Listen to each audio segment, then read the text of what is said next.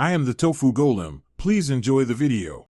In this video, I will explain how to play Roblox Horror music on the piano. We'll dive into the core elements that make these tunes so chilling, from dissonant chords to unsettling rhythms. You'll learn practical techniques to recreate that spooky atmosphere, focusing on simple yet effective methods. Get ready to transform your piano into a source of delightful dread, perfect for setting a spooky mood or just having fun. To truly capture that eerie Roblox vibe, focus on specific musical tools.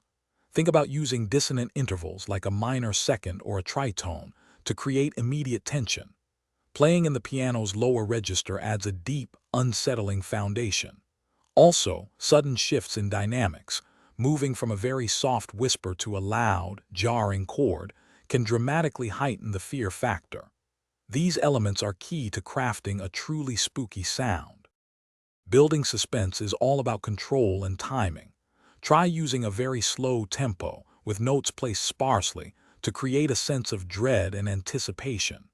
Experiment with the sustain pedal to blur harmonies, making the sound less clear and more mysterious.